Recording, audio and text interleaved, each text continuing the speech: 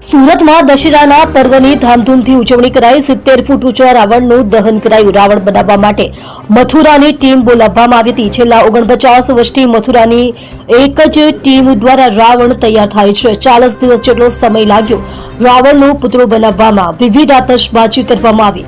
અંદાજિત 30 મિનિટ સુધી આતશબાજીનો લાભ સુરતી લાલાઓએ લીધો। આદર્શ રામલીલા ટ્રસ્ટ દ્વારા રાવણ દહનનો કાર્યક્રમ રાખવામાં આવ્યો હતો।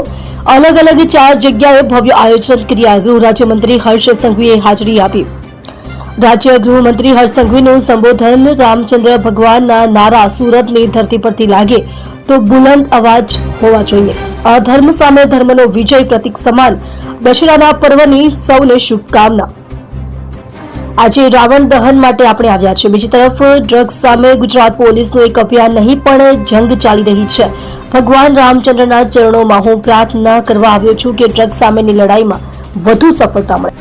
તમે જોઈ રહ્યા છો SD ન્યૂઝ ચેનલ ફેઝર શેખની સાથે।